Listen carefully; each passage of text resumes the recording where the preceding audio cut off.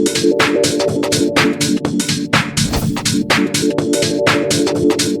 welcome to the PATRON Podcast. I got a good friend of mine, really close friend of mine, Itibari Zulu here. What's up, my man? Hey, welcome, man. Good to see you. Good to see you. So, Glad to make me happy. Zulu, thank you for coming, man. Seriously, mean it. You're always an inspiration. You're always uplifting. That's a good quality of you. But now we really want to talk about this in front of our friends, right? Yeah. So, Zulu is a good friend of mine. His family is good friends with mine. His children are friends with my children. And there is something about this guy that I want to hear today about, because he's definitely not the average individual. He's really humble, but he's definitely not the average individual.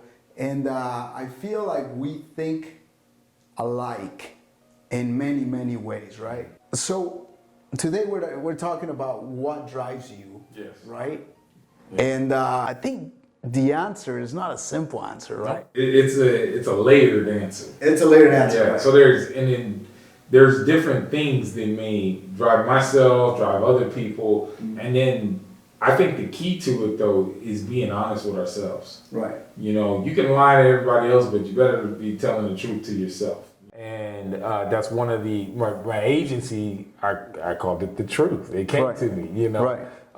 And I didn't realize how deep that was going to be years, because I came up with that like 15 years ago. By the way, his brand is Truth Legacy. Hashtag Truth Legacy. Absolutely. And there's a lot of meaning right there, right? Mm-hmm. Absolutely. We create that legacy and it's going to be built off of the truth. Right. Okay. So one thing is being honest with ourselves. What I think a lot of times you got to have that self-realization to be like, hey, okay, you know what? This is where I'm at. This is where I want to go. This is who I am, and this is who I want to become, right? And when it comes to that drive, when you have your eyes set on who you feel that you can become, that best version of yourself, and you're always striving to reach it. And it's kind of one of those things, when you're not breathing, that's probably when you should have reached it. That's right. Yeah. You know? Yeah, we were talking about that. And it's funny because a couple of people told me, it's like, dude, you told me I'm going to die. Yeah. And I'm like, well, newsflash, you will die. Yeah. And so will I, right? Yep. But you said it right. Yeah, right? and I think that's one thing we have in common, because some people that are not in touch with that, I believe they're uncomfortable with it. So like yourself, and maybe myself too, you can make people uncomfortable because they're like, man, exposes how much lack of drive they have. Right. You know, Right, the yeah. people, they get uncomfortable. Yeah. The person with the right type of mindset, what they're doing is they get inspired by it. That's right. Yeah. They're like, oh, I need to get to work. I got to get it. Yeah. You know, and I always feel that the more that we progress, the more that you can inspire other folks to know, hey, you know what, this can be done. Mm-hmm. Someone that, you know, maybe they didn't come from here. English wasn't your first language, right? You know, but you can come and still have success. Right. You know, you may not feel like you fit in every group, right? And I'll be honest with you, I don't think I've ever fit in, but I can relate to just about anybody. Did you ever, hear me out a little bit, did you ever feel like an outcast in a party, right? Uh-huh. Like everyone, like one of those family parties that you don't know 90% of the people. Do you ever feel like an outcast? Like dude, I don't really. So it's interesting you said that. What I realized, it's not so much that the world changes, I change. Right. My view changes, my Right. lens changes, Right. right? So yes, I always did. Even, you know, my family, my mom's from Guinea and West Africa, you know, so half my family pretty much, they weren't born here in this country. Incredible lady, by the way. Oh, yeah. The moment I saw her, great shout out to mom. Seriously. Yes. Got to see Akibulan Services, her store, you know, African store, authentic. But when I came here, and I was just telling, you know, Tina, I was telling my wife, I just because I didn't fit in so much, right? Because my mom used to be like, "Oh, where's the African clothes, this and that," and I was like, "Man, I hate that." It wasn't until I got older that I started embracing all that and knowing that I love the culture. I don't want to have the same thing everybody else is. And when I started actually progressing is when I know, and I had a mentor, Cap, that told me, he's like, "Hey, you know what? I can't be this person, I can't be this person, but I can be me." Myself. Exactly. And I took that. That's important. And I ran with it. I can do Zulu very well. Right. I can't be this person, I can't be that person, I can't That's be a good, yeah, that's a good, I can do me real well. That's right. So I had to get comfortable with that. And what happens, instead of being the one who's trying to follow a trend, you create the trends. You create the trend, right? You know, and then that becomes cool all of a sudden. Huge shout out to, so this guy embroider, he's on shirts, he's on t-shirts, he's on shorts. He doesn't wear Nike or you name it, right? Louis or whatever. And he's got a lot of really nice watches, but he doesn't wear brands on his clothing but his own. I think that's important. Yeah. It's important to realize you build your own trend. Yeah. I like that. Yeah, and I realized somebody, you know, has to be that person in that family. And we're those type of people that we're those pace setters. Right. And people are going to follow that. So sometimes, you know, I feel that God puts that in certain people to be those ones to set that path. Right. But it's up to us to accept the role or not. Wow. Deep, man. That was deep. And that's what it is. That's how I feel. That was deep. I had to accept who I am. Right. And it's been different. So recently, you know, like I have a couple good buddies. My partner, one of my partners, Dave, president of the network, Fire Network, right? Stream everything on there, right? That's right. And then one of my other partners, Manny, they had, sometimes it's about having, not sometimes, all the time it's about having great quality people around you that make you better and sharpen you. They can call you out on your BS if you got it going. So I remember I was coming back from somewhere and they, Manny and his wife were in the car with me and they're like, "Hey, you know, company and all this stuff is good, you know, but we wanted to get started because of you," right? And there was some other leadership that I had that, you know, I was like, hey, you know, they're doing their thing, and you know, I looked at it in a certain way, and I figured, hey, that's the line. Right. But a lot of times, people do that where they think, oh, well, if this person is doing it, then I can do it. No, you got to realize it's not the company is going to make me big. I make the company big. You get yourself to a certain point, and then you can actually add value, right, to the point. Yeah, the bigger you become, as in like the more value you have, whatever you're involved with just has more value all of a sudden. Right. You know, it's not the other way around. Right. You know, and I think a lot of people have it twisted, and I did too. And it took me having that self-reflection to realize, like, I am worthy enough to have this. You know, these people could do it, so I should be able to do it. And I think a lot of times, it's not that people don't have the talent or the skill per se, it's just they don't have the belief that it's supposed to be them. Right. They always think it's somebody else. Thank you. And there's a big difference, right?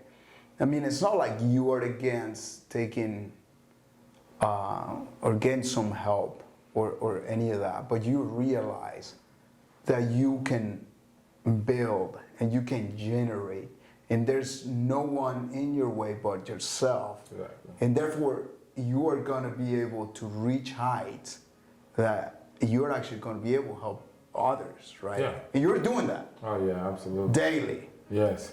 And I realized for myself, you know, because I love generating income. You know, doing business is fun for me. You know, yeah, I agree. hobby, that's me fun. too. That is my sport. Yeah. Right. But that's something we talked about, huh? Yeah. That's what right. it is. Yeah. It's my sport. But I realize what really gets me going is playing a role in other people's success. I found that out. Right? Because I'm not actually as money motivated as I thought I was. It's progression motivation. Right. Motivated. You know, a lot of times people can be moving. I told this to a young lady earlier today. You can be moving and working hard and all this stuff, and you're on a treadmill, but doesn't mean you're going far. You can be running. You can be running, trying to run full speed, getting sweaty and all that stuff. Being busy. I'm busy. Busy Yeah. being busy. Yeah. Right? On a treadmill, but no progression. You didn't Right. go far. Uh-huh. You know, and then I was telling her, you got to hone in on the direction you want to go. And We get talked about that. light speed Yeah. going after that. And that's the biggest thing. And I see a lot of times people, they're just ping-ponging in so many different directions that they don't have no synergy and velocity going towards that one Towards goal. their goal, right? And they're getting distracted. We talked about that a couple of weeks ago. We talked about just choosing a goal and then breaking it down into several different small ones so you can get to that final goal, right? Exactly. So- So if it's not in alignment with that goal, you need to leave it alone. Right. If it's not in alignment with my goals and the direction I'm going, it has to go to the side. So you choose your goal and then you break it down. Yep. But then you realize, okay, this thing is distracting me. This other one is distracting me. I'm just going to go this way. No, I'm going to go this way. No, you completely ignored all that. Yep. You choose to go one route, Yeah. right? And sometimes people are like, oh, well, you know, entrepreneurs, multiple streams of income, this and that. Yeah, great, right? But anybody who's doing anything at a high level, That's they right. put 100% focus. And the At things one that are point, going right, around, exactly. they support those things. It's Right. all going in one direction. So wait. So there's a lot of entrepreneurs that listen to this one, and a lot of them are actually they ask me, so okay, what about crypto, and what about this gold stock, and what about oil, and what about? You gotta focus. You gotta focus on your core business, right?